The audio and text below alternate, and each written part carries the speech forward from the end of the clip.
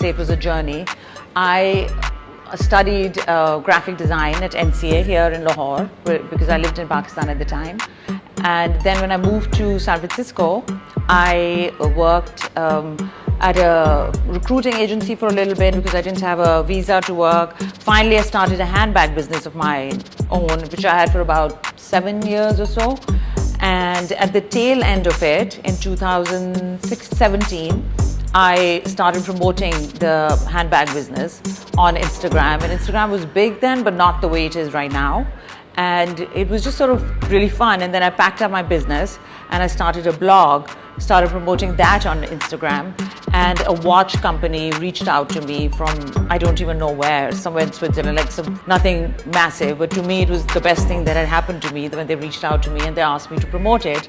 And I did. And I think the rest is history.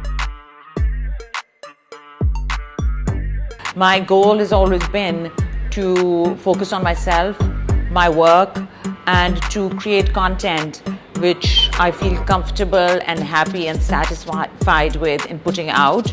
And I want to listen to my followers because I think that's a really important part of this whole puzzle, and just keep creating. And I think that requires a lot of time and discipline and resilience to do. And for me, that's the real challenge.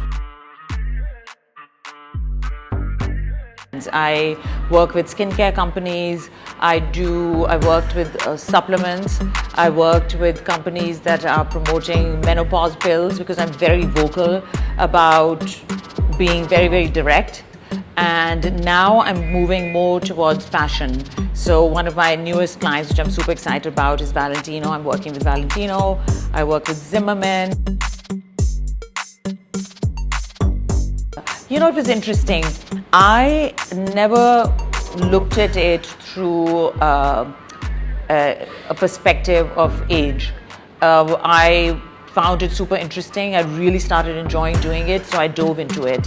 However, it's interesting when you present yourself to the world in a manner that people are not comfortable with you or comfortable seeing you. I think their discomfort leads them to behave in certain ways, and their reactions can be interesting. So I've been mocked, I've been criticized, I've been made fun of, but at the same time I have a lot of friends and people who support me other than my family. And so none of that has deterred me because I really don't care what they think. I think it's my responsibility as a content creator to align myself with social and ethical causes. And I do, because one of the organizations I'm involved with is UNICEF. And I wouldn't say I promote UNICEF, but I talk about UNICEF. I do a lot of it on my Instagram stories.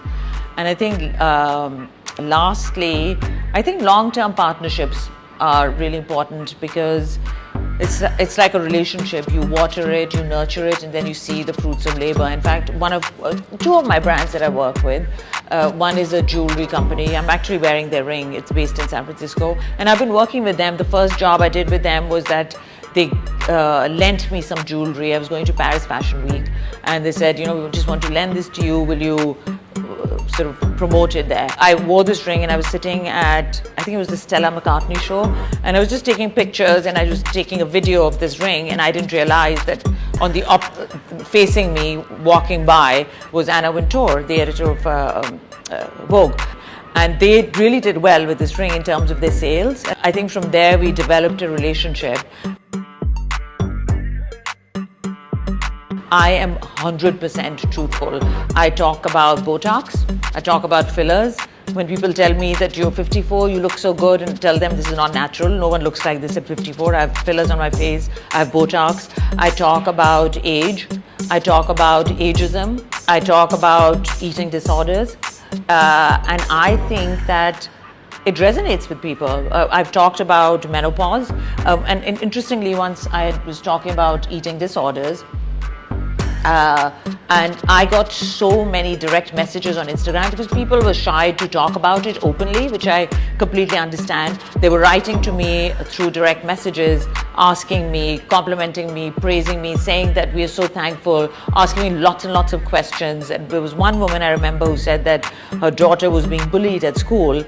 She was 14 at the time, And she said, I'm so happy, and what's your advice? How do I talk to her? And I just feel that, to me, that means everything if I can make the difference.